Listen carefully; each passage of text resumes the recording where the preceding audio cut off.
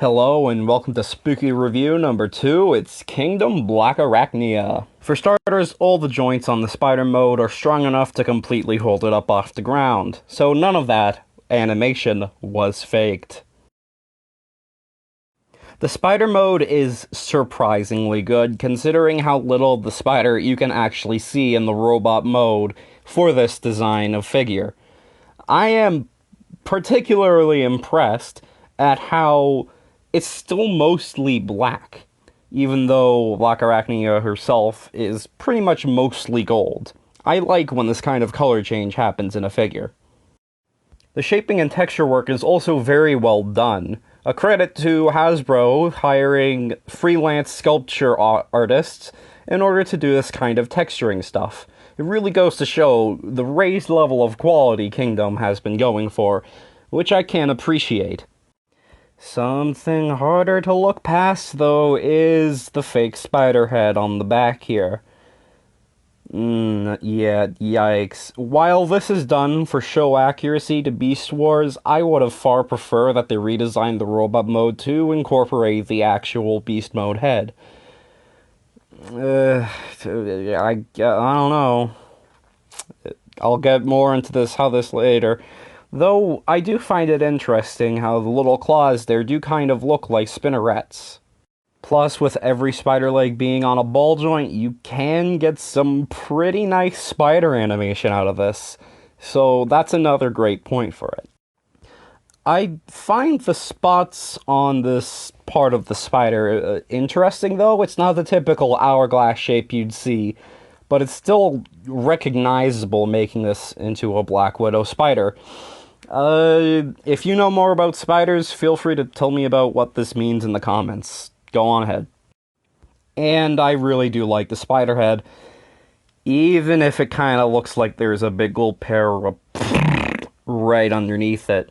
It's not the robot, but it is still there, and it is a little bit distracting. But the sculpting and paintwork on the face of the spider is very nice. And again, the ball-jointed spider legs are really showing off just how expressive you can make this mode.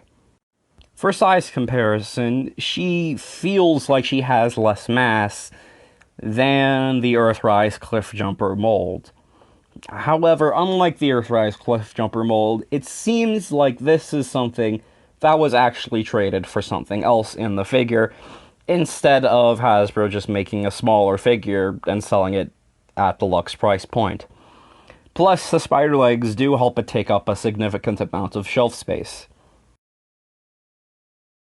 Here she is with G1 Prime for those G1ers out there, and yep, this is not how the Beast Wars characters would scale, though considering Kingdom's the crossover line, it is better that they made them to scale with normal Cybertronians. I do kind of feel like the age where they were very small should be phased away. At least a little bit. Oh, hey, wait, what? Oh, I saw it again. And here she is with some other beast formers from this line. As you can see, these are both other deluxes with significantly more space-up mass, especially Scorponok. However, as you will see, these are trade-offs for the robot modes, some of them having more bulk, or some of them straight up being shorter.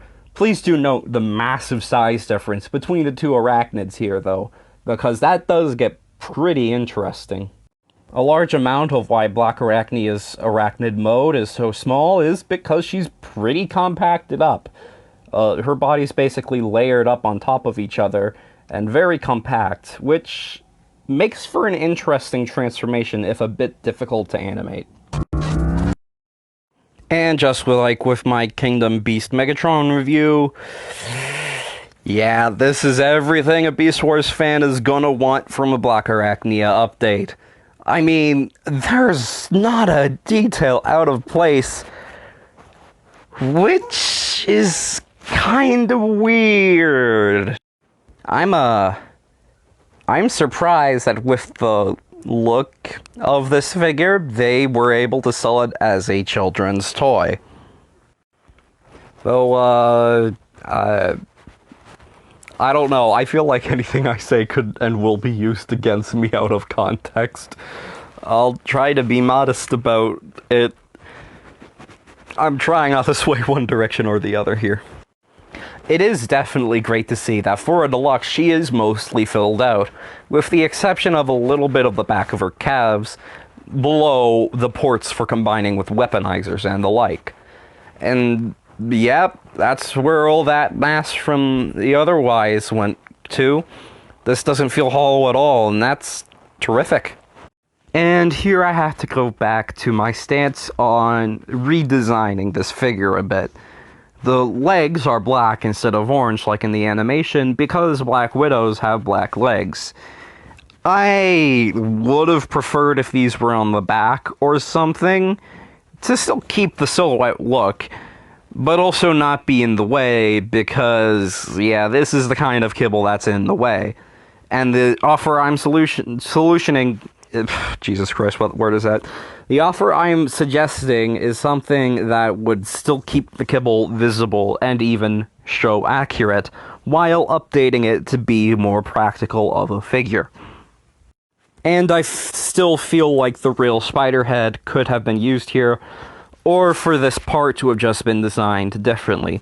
Though I will say it is neat seeing the back of the spider mode and the very front of the spider mode end up in basically the same place in the robot mode. Goes to show just how interesting the transformation is. And while this figure is immaculately painted, the only thing really missing from the show model is these bumps on the back of the head. Which, I can't really miss it. I mean, how often do you stare at the back of the head of your figures, dude? Come on. It is also fairly nice to see the hourglass shape thing still end up on her back, even if that does create a bit of a turtle shell. Though granted, this doesn't ruin the look of the figure at all. Frankly, it's appropriate, and it gives her a little bit more mass to work with in robot mode. Articulation-wise, she is basically a normal deluxe, just without any waist rotation.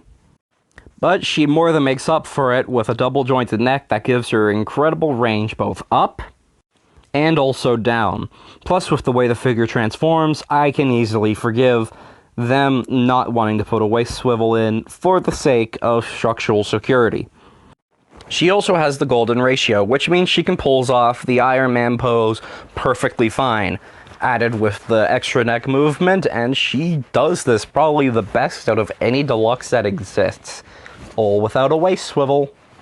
And despite the pretty thin feet, she can hold herself on one leg just fine with a bit of finagling. Ultimately, yeah, that's some good articulation. Accessory-wise, she only comes with her blaster, which pegs onto the bottom of her beast mode, and fits into her clawed hand in robot mode. It's very show-accurate looking and is also pretty much slathered entirely in paint. While the anchor shot missile doesn't fire out of the gun like it did in the show, this is blast effect compatible, recontextualizing this gun into more of a crossbow type weapon.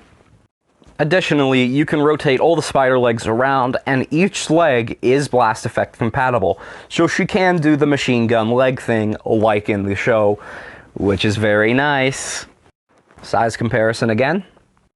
Despite feeling smaller in alt mode than the Cliffjumper mold, she's definitely normal deluxe height, which can be appreciated because it feels like you're not getting gypped this time around. You're still getting a deluxe in one aspect, and the other way it goes is pretty impressive with how much it compresses. I'm sorry, there's no excusing the Cliffjumper mold. There's just no defending it. Here she is with G1 Prime, and yeah, when Megatron blasted his face into ashes, how come she wasn't in pain from being destroyed by the Time Warp? If she knew that was going to happen, why did she help him?